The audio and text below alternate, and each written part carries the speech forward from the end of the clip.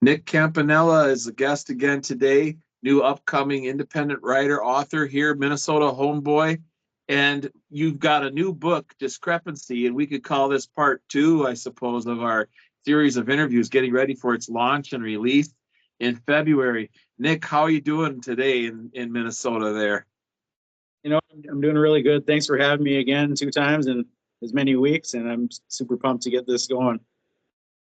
Yeah, it's really exciting, and I appreciate having seen your new book. And I delved into the first few chapters, and I found it to be a page turner. Instantly, looks like it's like a film script in treatment, as if it's going to be put into film form. And this is like, the treatment portion of the script where you're going to talk about what the actors will be doing and whatnot. It's really that vivid in terms of a book. It's astonishing. And I'm not doing any giveaways today, so don't worry, folks. There's no spoilers. But from the moment these guys pull up to a bank in a snowmobile and they're down the alley on a snowmobile, it's going to be a different kind of ride. This book.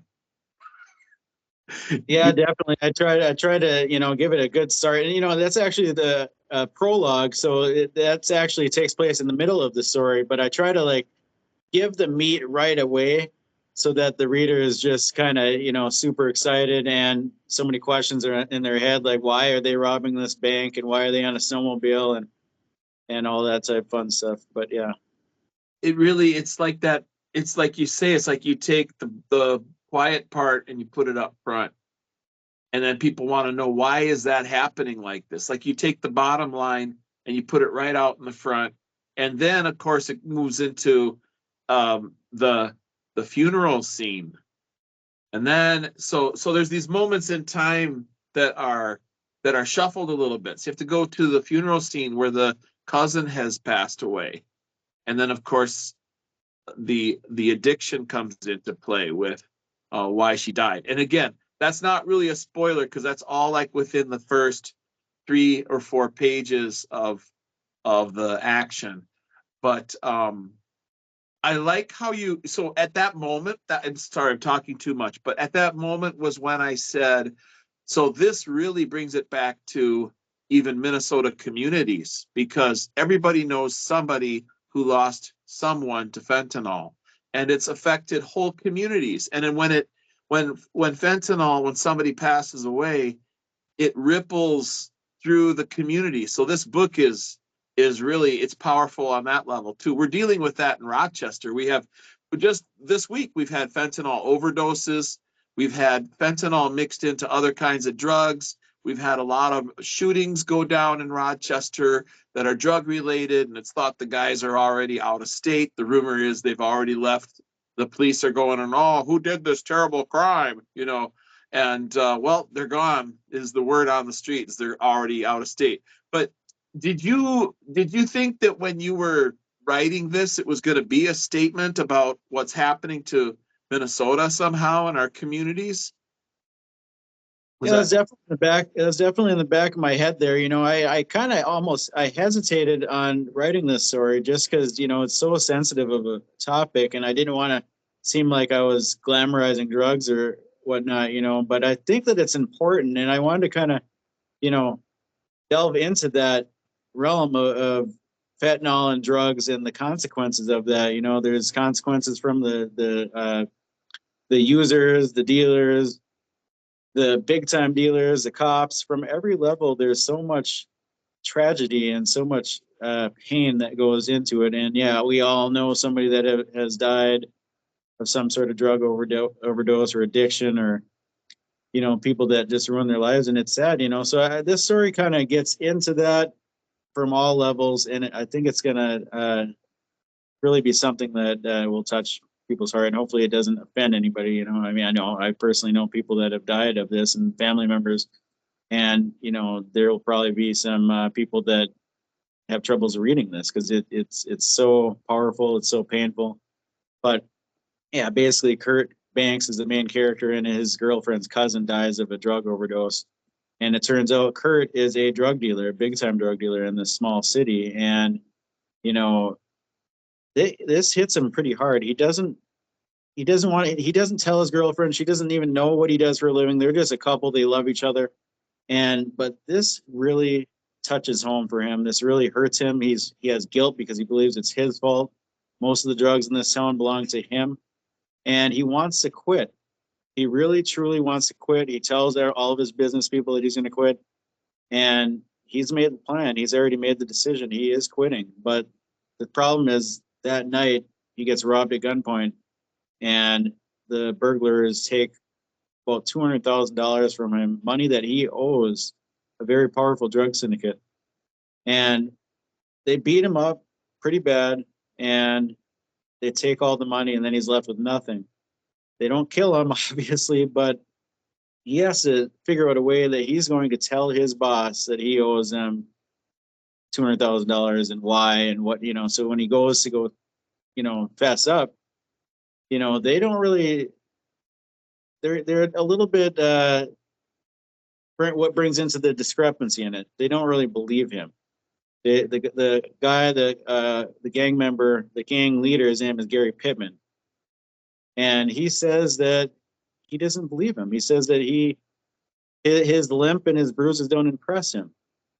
And so what they do is they abduct his mom and they bring her out for him just to let him know that they're serious. They hold her for ransom and they say, she's dead if you don't come up with 200. They charge interest. They charge him $250,000. They say it's a tax on weakness.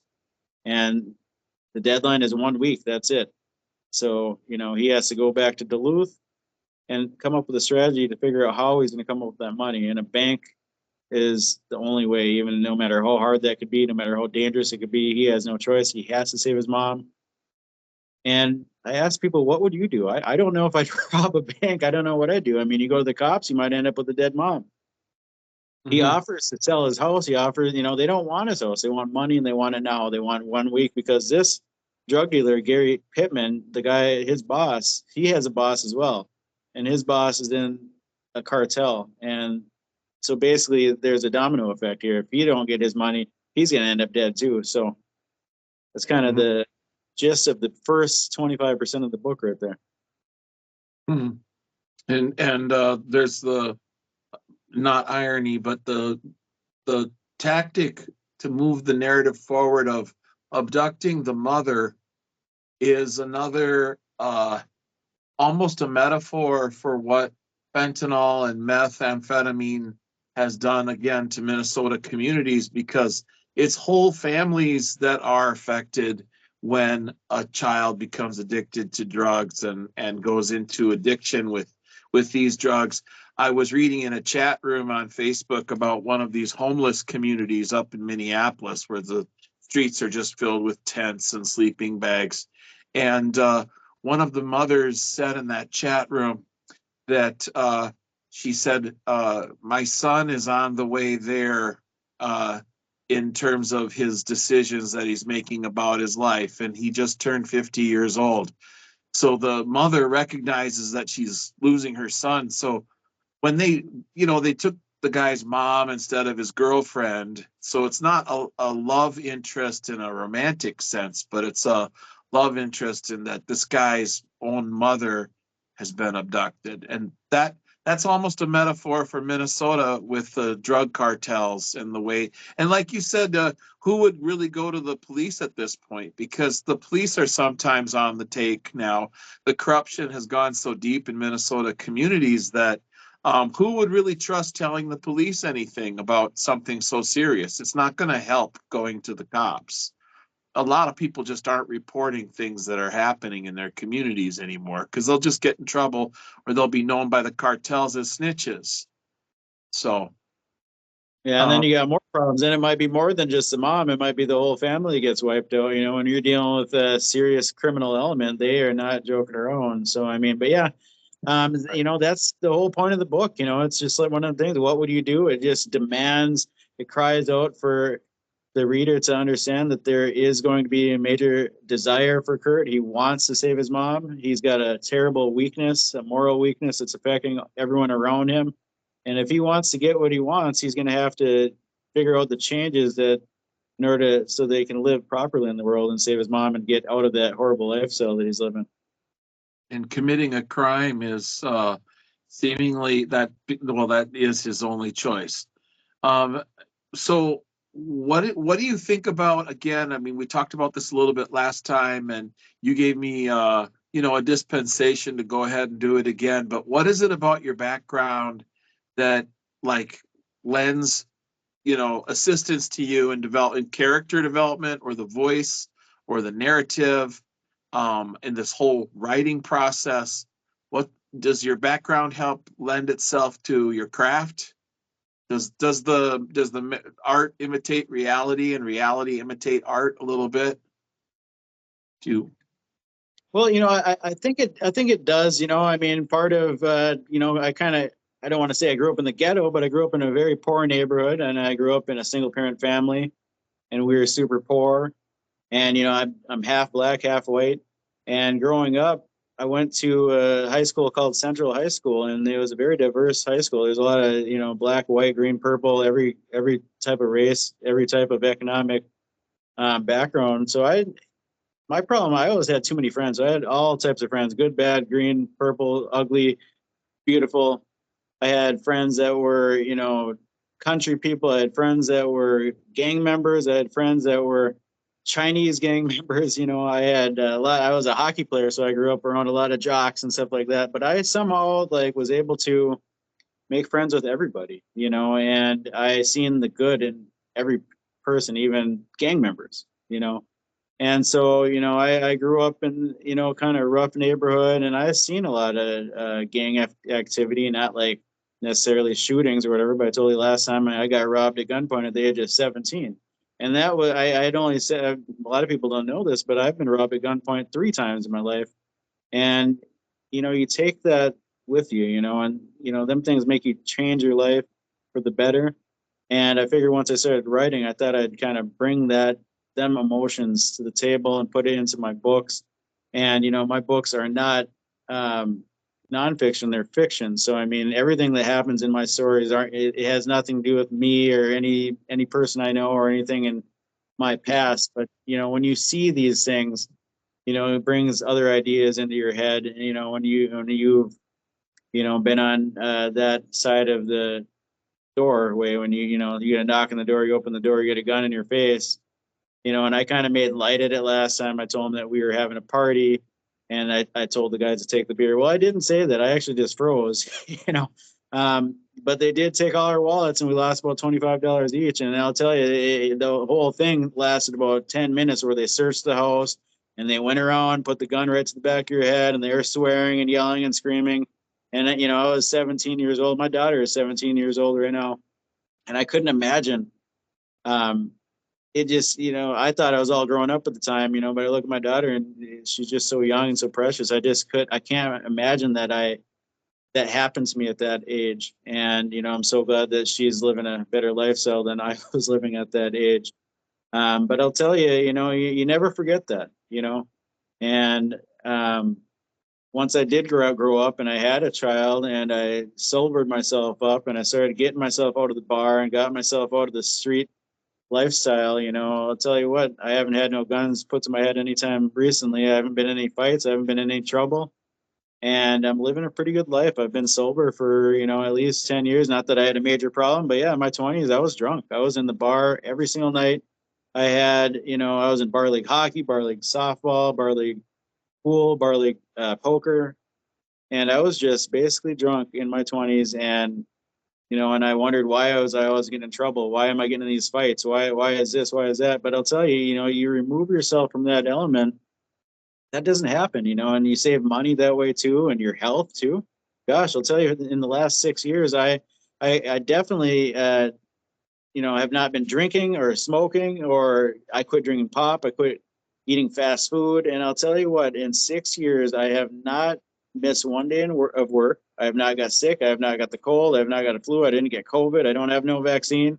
I live this pure lifestyle. And when you remove the toxins from your body, you don't get sick. And when you remove the alcohol, you don't get in trouble. And when you remove yourself from the criminal element, you don't get a gun put to your head too often. But it's in my head. I remember it. So when I write my books, I like to have these scenes where people get guns pulled on them, and they're pretty violent, but I try not to be too violent. I try to have a reasonable book, in comparison, say like a Pulp Fiction or even Breaking Bad. I mean, there's violence, but the whole thing isn't violence. There's a story behind it, and there's characters and there's emotions, and I have female characters. It's kind of fun writing those female characters. You read that first part with Farah, and she's coming out of the funeral from her cousin's death and stuff like that. So it's tough putting yourself in the shoes of a woman to kind of try to act the part there. How do you do dialogue with a woman in fiction, or how do you do dialogue from a woman's perspective as a writer, because they do think differently, and information exchange is a different level. How do you, like, are there women in your life that you draw on for hearing their voice and then channeling that? Like, is it sometimes your daughter or your mom or some other woman you've known? Well, yeah, I was raised by my mother, and she's just a wonderful person. We don't always get along, and she's Italian, she's a little feisty. So like I kind of, I have, that's kind of cheating, when it comes to my writing. I got a little. I know what you mean. And I can kind of pull things what she said, but no, I almost feel like I'm insulting women when I try to have that character. My first book, I didn't have many women characters, and a couple of the ladies said, "Hey, you got to put some ladies in there," but it's just, I kind of cringed doing it at first, but now I feel a little better at it. It helped helps the more you read, the more you learn. My previous editor, Laura Young, she has a book called Topaz and Lace, and after she taught me everything she knew about writing, I felt, well, maybe I should read one of her books because I can maybe learn something. And it's interesting to read a book written by a female about, and it's a romance book, and it's about this woman that finds love through a person that is the exact opposite of her. And so, it's kind of interesting. Us guys, we all, there's a movie even called What a Woman Wants, I believe, and we don't know. We'd be rich if we just knew what a woman wants. But when you read a book like that, it puts the female character in, like, she's about to go to a date. She goes in the closet, gets dressed, looks in the mirror, and then she's like, and she changes again. And just kind of interesting. I feel like I learned a lot from reading that book and reading a couple other lady books, but yeah, it's trial and error. And when you're writing a female character, you got to be careful, and you don't want to do too much. But then the editors come in and kind of help you a little bit too. Mm-hmm, mm-hmm. And the thing they say, like you mentioned, your mom, maybe she's a little feisty sometimes. Well, the thing they say about fighting with Italian women is you have to be careful, because you fight with Italian women, they can remember things that haven't happened yet. Yeah. So and women remember everything. So what's your writing process? Is there a special, like, do you write in your vehicle, or do you write, I guess I should ask you for the sake of the audience, like what your career is and what job you're doing right now, but where is it that you write, and where is it that you write best? Are you writing in your head and then taking some notes? When an idea comes to you, you just scratch it down. That sort of works for me. But what's the way that you come up with ideas? Where is it? That's a good question. Well, I own a house, and in this house I have a sub basement, and that's kind of like the man layer where I have and I have a desktop computer. I found that desktop computers seem to last longer, and they don't go obsolete. They don't have problems. Or like a laptop, I've had the same desktop computer for about 6 years, and I haven't had any issues. But say a laptop, you're going to have problems in a year. So I have this little area in my house where I try to type for at least 2 hours every day, and then like at least 5, 6, 7 hours on Saturday and Sunday if I can. But so yeah, I get home from work. I work in the mental health field. I work for a company called Interim Healthcare, and I help independent living disabled people to get to their appointments, to the grocery store. Sometimes they want to exercise. Sometimes they want to just go eat some fast food or have fun. I don't eat fast food, but I'll bring them there if that's where they want to go. And then I'll kind of, give them hints that they're eating plastic, and they don't really like to hear that. But Yeah. but so Meat paste, yeah. so I work till about 4 or 5 every day. Then I go home and I'll type for about an hour, and then I'll eat some dinner and watch a movie or a TV show or something. And then right around 9, 10, then I'll try to type for another hour or two. And I've been doing that for 12 years. I kind of gave up any social life. I'm like addicted to it. It's really all I want to do. Everything I do outside of that is almost like, I don't want to say distraction, but it's just like really like, I mean, I used to love the Vikings. I don't watch the Vikings anymore. I sit and type. And because I'm really desperate to want to get these books out there as fast as I can. I'm writing like I don't have much time left. I know I do get a lot of time left. I'm only 45 years old, but this is my passion. This is what I want to do. I have these books lined up, a couple more after this one, but this is the one. I don't know if I write 100 books. I don't know if I can write a better one than Discrepancy. This is just so. I can't believe it. It's going to be about 250 pages, and there's so much packed into it. And when people, as you mentioned, is fast paced. When people actually get into it, you'll be surprised that there's just no filler. There's no fluff. There's no boring parts. Like I'd mentioned to you a couple times that I love Stephen King. He's one of my favorite authors. But the problem is that, in a 400 or 500 page book, once you read it, you're amazed at how great it was. He's the master in telling the universe story of his story. The Outsider, my favorite book of his. But the problem is, like, you're almost bored and you almost got to get 100, 200 pages in there before, like, anything's really happening. In my books, as you know, like, within the first 1 minute, you're going to be like, okay, there's some action going on here, and I want to read more. Right. There's a couple Stephen King books that just don't seem to really get off the ground. And somehow he always got those movie contracts too. Like after Salem's Lot, and then it was Cujo. It's like a book about a dog that gets rabid. It's crazy. But your dialogue, I forgot what made me think of this, but you're saying it's fast paced, and this stuff is.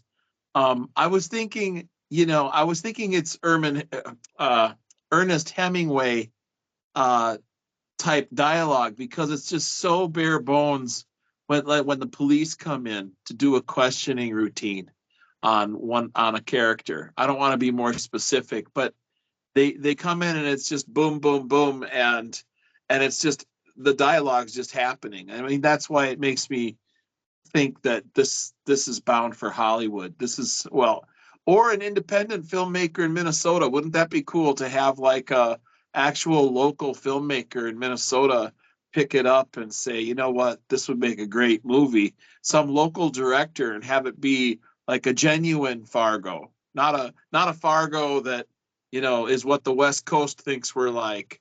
But, there's some Minnesota movies and directors that are really more Minnesota. There's a like the movie Feeling Minnesota. Did you ever see Feeling Minnesota?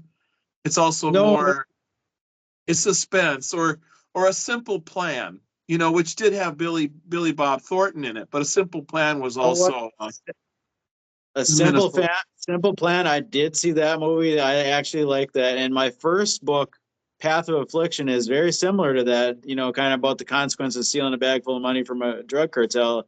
And that's a wonderful movie. And it's kind of a sleeper movie. Like, I didn't know it was going to be that good getting into it, but that was a pretty good movie. But no, I see what you're saying. But like, say Fargo, I liked Fargo, but isn't it insulting as a Minnesota? And then even worse, the show. Yeah. They make every single person, every character seem like they're mentally impaired. And it's kind of insulting, but yeah. So my book, obviously takes place in Duluth, Minnesota, but I don't insult the people here.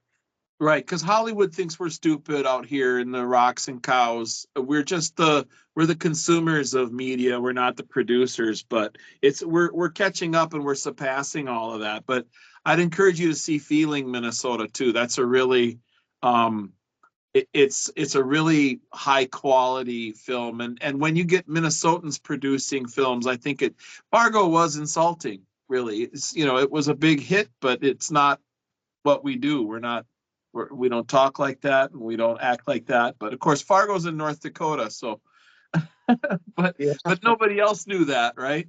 But what is the theme like of this book, Discrepancy, or what are the themes that you're trying to communicate in your other books? Because oftentimes literature has another dimension to it. The author might be trying to make a point, like typically in science fiction or horror, or science fiction, horror, and there's a third genre that does that typically too, but the author wants to make social commentary or discuss issues that you can't discuss overtly in society. Perhaps is Discrepancy, like, is the theme going to be about rampant drug abuse in Minnesota communities? Like, is it somewhat an element of a cautionary tale of the kind of bullshit that people can be drawn into in their real worlds, and they can get their moms in trouble, they can get their communities in trouble, because these drugs, meth and fentanyl, are just so powerful,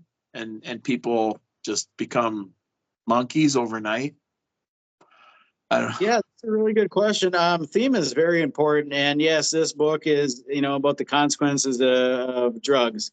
But in describing theme, it's very difficult, and very few people actually understand what theme is when it comes to writing and literature. And I didn't either. I always thought it was like racism or justice or this or that. But what the theme is, basically, what I learned from this guy here, his name is John Truby. This is a structure book. And the main thing is about theme, but basically, in short, he'll explain every story, whether it's Superman or Back to the Future or Discrepancy or Order from Chaos, is supposed to be about a character who wants something and the obstacles get in his way and how that character changes in order to get what he wants. So the theme is actually supposed to be the change. Now, so in the beginning of the story, you're supposed every character has to be about, like I said, what he wants, his desire, but it is also about a moral weakness, the mistruth, the untruth. In the beginning, he's living improperly. He's living a lie. And at the end, he's supposed to find that truth, and there's supposed to be an aha moment of how he changed. So in Discrepancy, this character, Curt Banks, the weakness that is holding him back from living properly in the world is that he is trusting all the wrong people. He's trusting his drug people, his business people, his associates, his business partners. And who he's not trusting is his girlfriend, the only person that really truly loves him. So and he doesn't know what his weakness is. He doesn't think it's a weakness because he lives by this code, omerta, a code of silence. So he doesn't really want to, mess with that. So they have this rule. He can't tell anybody outside of his business. So he can't tell his girlfriend or his mom that anything about it. It's just that's how people in that lifestyle live. They don't tell secrets. And so this character is going to have to get over that if he wants to get what he wants. And what he wants is obviously to save his mom. And then also what he wants is to quit his life of crime and move to Florida and start a snowmobile, or not a snow. Well, he wants to start a snowmobile business, but when he moves to Florida, they don't have no snow. So he wants to have like a ski-doo business or something like that, something legitimate. And that just isn't going to happen unless he changes. Yeah, you were mentioning that he doesn't trust his girlfriend, and that's funny because his girlfriend loves him, but she hasn't found out what he does for a living, undercover, which is hard for it almost is incredible, but that's the extent to which she loves him. So he must have a cover because he doesn't trust her to tell her what he really does for a living. And then now that her cousin has passed away, he can never tell her. So he's going to have a secret from her for the rest of their relationship, because he won't, her cousin dies because he's basically responsible for the trafficking in the town. We can assume that one of the pills or the overdose was due to some product that he supplied. And if he tells her that in the future, I suppose she's always going to suspect in the back of her mind that it was something he did that killed her cousin. I wonder if a woman can love a man without knowing what he does for a living. It's possible when you're young, probably, but when you get older, love changes, right? He's living a lie. He tells her that he owns this like an internet drop ship business, and she doesn't really, they're like 2 years into their relationship, so she doesn't really ask many questions. And he does kind of have a nice house in the country and a nice truck and nice furniture and stuff like that. And she just doesn't really ask many questions about that. But I mean, yeah, he's living that lie, and he's going to have to come clean. But the problem is, if he comes clean, he could lose her. And so, as the book goes forward, she actually, as you've read in the beginning there, when they walk out of the funeral house, her cousin dies.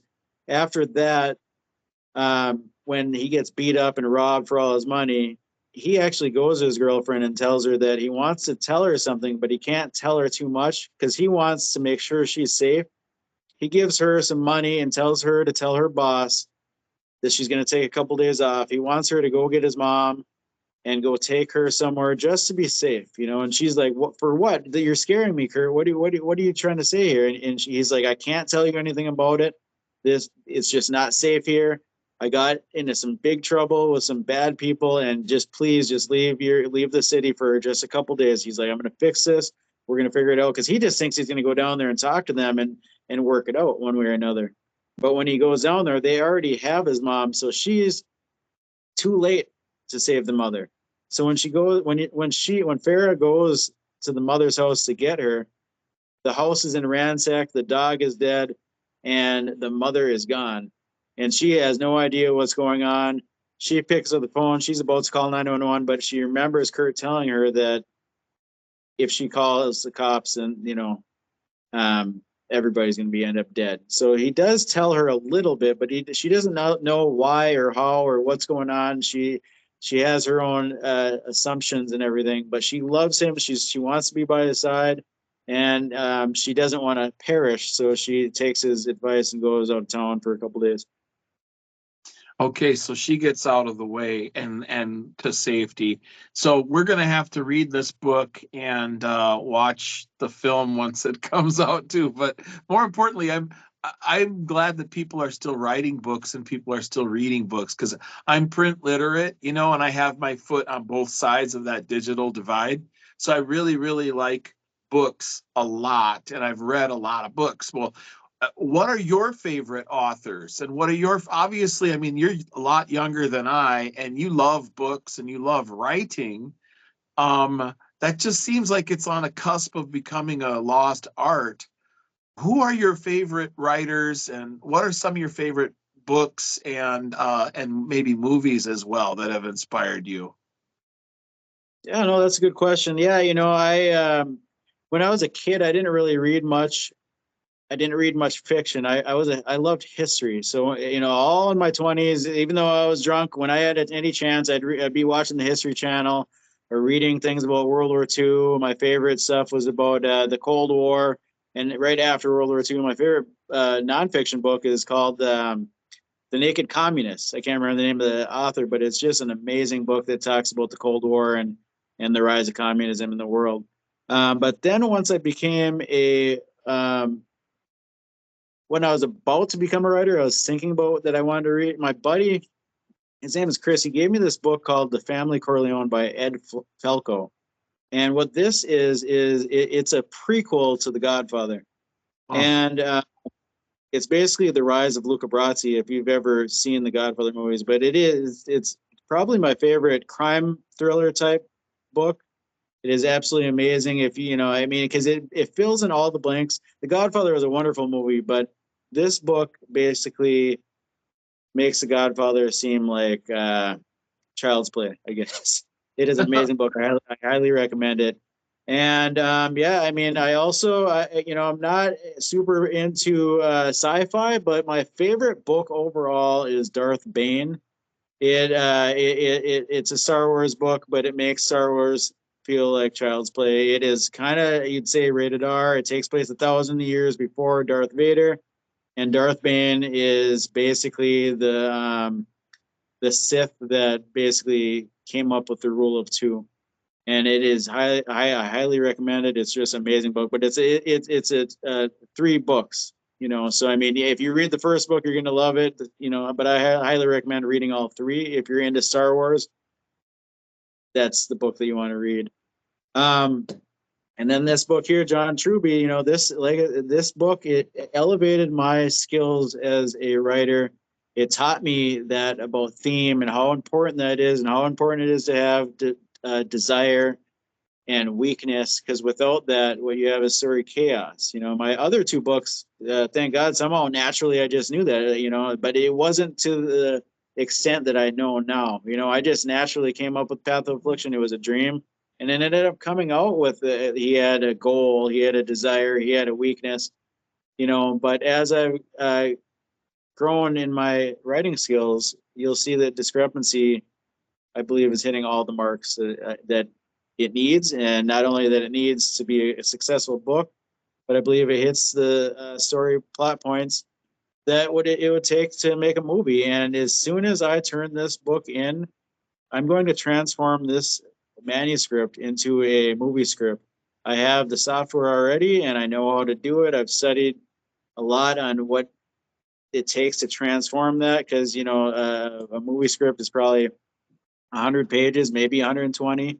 Right. And you kind of got to trim it down a little bit. And but I just can't wait to do that, because I'll tell you, I've talked to thousands of people over the last few years. I have a lot of support, but most people tell me that they're sorry, they just don't have time to read. They're so busy, they're working 2 jobs, and they have a family. When they get home from work, the last thing they want to do is read. I'll tell you, I've probably sold 2,000 books total. And I promise you, 2,000 people didn't read them books. You know, that a lot of them, the majority of those people were just supporting me because of me, because they've known me, they like me for whatever reason. And, you know, I'm a pretty positive person, and I'm really good at, you know, making friends. And so, yeah, I thank you to everybody that supported me. I hope that all those people that have them books collecting dust, read the books. They're amazing. They're awesome. You're going to have fun. But I'll tell you, I have at least 200 or almost 200 reviews for my 3 previous books, and they're pretty awesome. They're pretty overwhelmingly 5-star reviews, and people tend to like them. And I'm just getting better and better as we go here.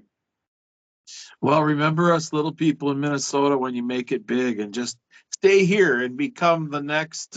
Minnesota has a whole bunch of fantastic writers. I mean, there's the Blys, Robert Bly and Carol Bly, and there's the whole Garrison Keillor theatrics and authors, and there's Sinclair Lewis, of course. F. Scott Fitzgerald is one of my favorite. I've read all of his books, and there's there's all kinds of Minnesota writers. I think we're a deep and brooding people with the long winter, and we need to get the thoughts down on paper. So it's kind of you go down into the sub basement there, into the man cave, and you channel all these ideas down onto paper. Well, but you might want to tell us, I think you just did, why we should read your books. Is there anything else you want to add to the notion of why would it be important to read your books, like useful or instructive? I know you're not lecturing us, but the sense I get from these dialogues is that these are just real people on paper. I hope you're inspiring other people to write as well, become writers in their own right.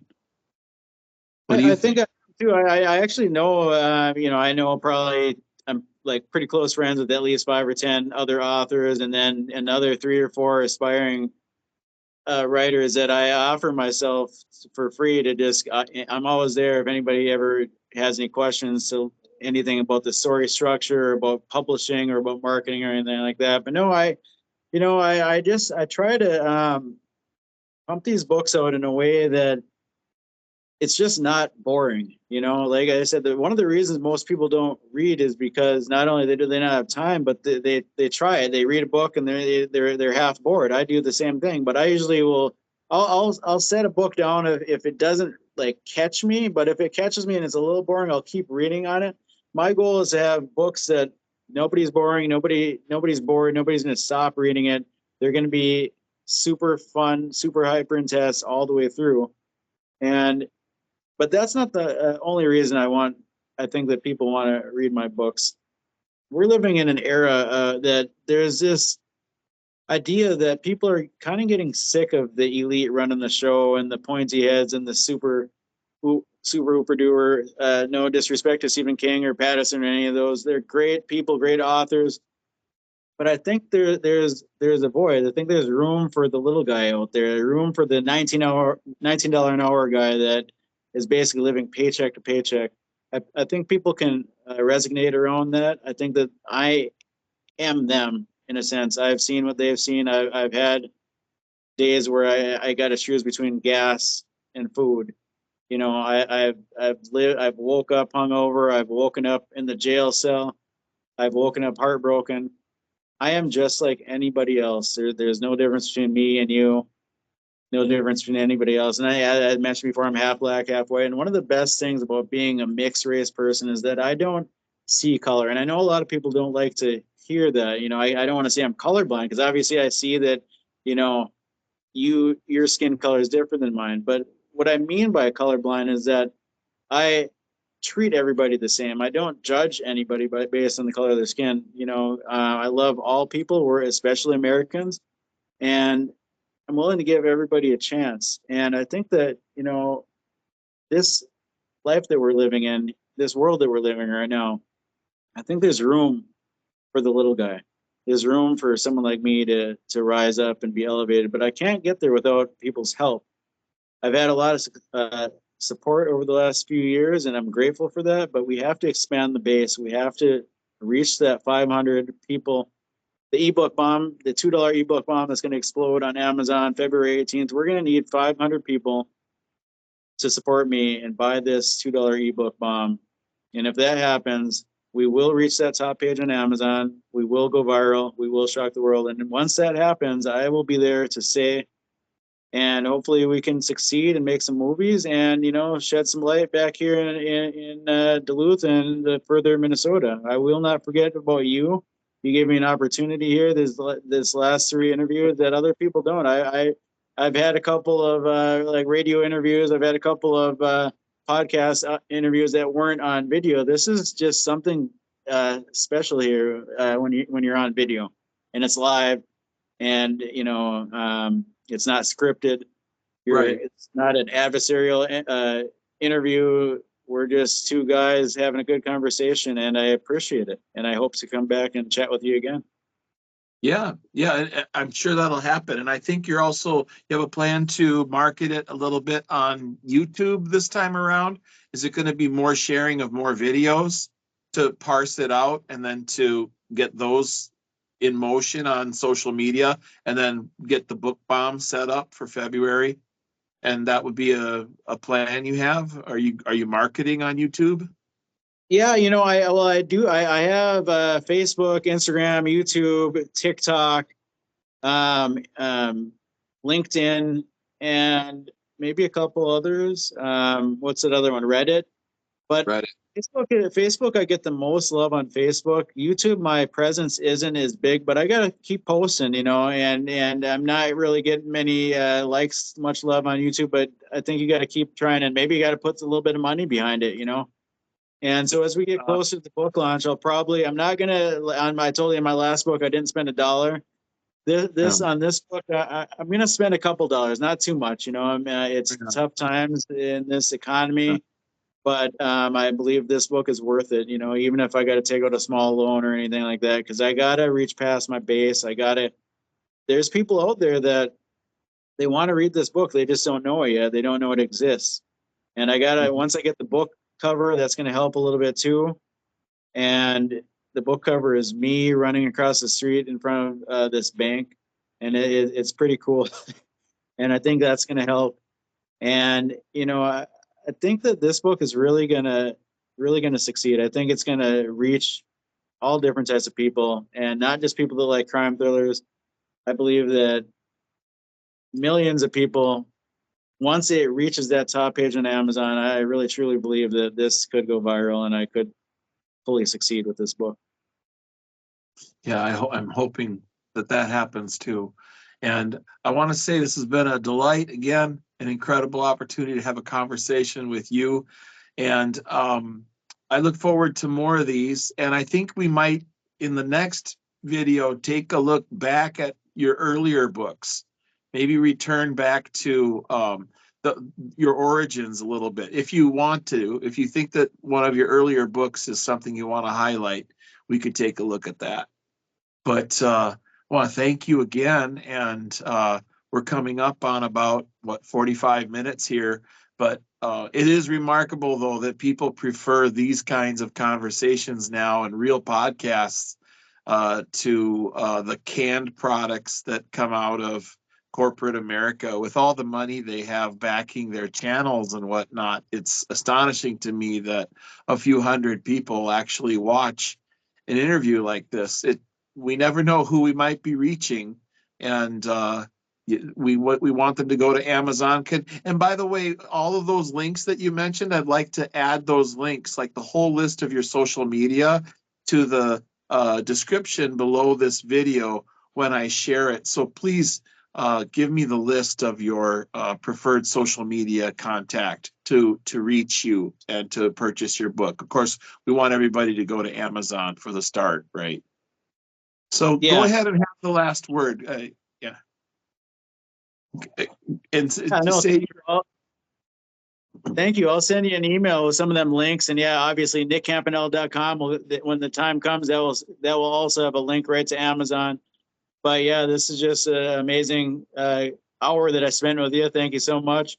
And yeah, next time maybe we'll talk about Order from Chaos and a couple of the other books, and we'll just keep plugging away. Anytime you want to have a conversation, I'm willing. This is awesome. And like I'd mentioned, and you mentioned, that this long form interview, it's a good conversation and allows someone like me to be able to, elaborate a little bit. Where I had mentioned before to you that a year or two ago, I had a festival downtown called the Sidewalk Days, and the news people were kept walking by, and like I'd flag them down and be like, "Hey, I'm ready for an interview," and they all just kind of shoot me away. But one guy actually was like, "Oh, really? You're an author? You want to have an?" And I was like, "Yes, please." And this guy was so nice. He's so amazing. He sat down. He filmed me for 5 minutes, and I was firing at all cylinders just like I am today, and I was feeling good. And then I was so excited. And then I seen it on the news, and they clipped it down to like 5 seconds, and they took the one part that like I looked like a dummy. Like he was the guy. It was the middle of summer, it was July. I was wearing like a jacket like this because in Duluth sometimes it's cold. And where I was located was right under this big building, so it was shady. And so like the first thing he asked me in the interview, he's like, "Yeah, you got a jacket on?" He's like, "You cold or something?" I was like, "Yeah, if you go over that way 100 feet, then it's warm." And that's all they put in the news in the clip of the interview. And I had all this wonderful things to say about me and my book, but they took that one part, and that was it. And I was like, and then I emailed the guy, and I was like, "Hey, well, can I at least have the interview so then I can post it on Facebook?" And I never heard back from him. So my point is that an interview like this, it gives me a chance to kind of expose myself and put myself out there and answer questions and tell my fans and your fans what I am all about and who I am and where I came from and where I want to go. And I appreciate it so much. Thank you. Thank you. And last time we did an interview, we stayed on the phone and we talked for about another hour, but that was a conversation that was really insightful. But I think it's the kind of conversation that a couple guys would just want to have between them and the fence post, because that's like where the sausage of life is made. You don't always want to see the stuff behind the scenes. It's that a conversation like this we're still mindful that we're doing it, for public consumption, right? But I've been betrayed by the media too. I've been astonished that I can bring an author to Rochester all the way from England, and they criticize her and malign her, and she's like a 5 foot tall elderly Jewish woman, and they just eviscerate her in the media. Or I had a Holocaust camp survivor speak in Rochester, and I'm not aware that those people are few and far between now. And the media came and filmed the entire event, and the story was up for about 2 weeks, and then they pulled the story down, and inexplicably, and they wouldn't give me the footage. So I started filming my own events if I have a guest speaker down here. And by the way, we should do that with you. We did it with other Minnesota authors. We've had sometimes the crowds are 300 people for some of the events that come out to see a Minnesota writer. So we the biggest crowd I think was 800 people, but that was kind of a special situation. But we should have you down for a guest speaking event and a book signing. You know what? I would love that. Let's talk off the record and try to figure out how, when, where, and why, and how and when. February 18th, this book should come out, and then anytime after that, we can negotiate something to, Rochester's a ways down there. I haven't been down there for a while. Is that like an hour south of Minneapolis? Yeah, it's at least an hour and a half south of Minneapolis, St. Paul. So if you came like 4 hours from Duluth to St. Paul, you got another hour and a half still. It might be faster to, I guess the Google can recommend a faster route, but really from Duluth to the Twin Cities, you're kind of stuck. Then you're on Highway 55 all the way to Rochester. But my friends tease me because I don't get out of the Duluth too often. I don't travel much, but to come see you, I would definitely make that happen. That sounds like a lot of fun. And I've been to Rochester once in my life for hockey, and they had a beautiful arena down there, and it's an amazing city. And nothing against Duluth. I love Duluth. This is my favorite city in the whole world. But when you go down to Rochester, like, your streets are all like pristine and pure. And they're it's been a while since I've been there, but I mean, it looks like the new construction. They're up here they got construction going year round, but we got potholes up here. You drive around and it's just bumpy, and every road looks like crap, even if it's brand new.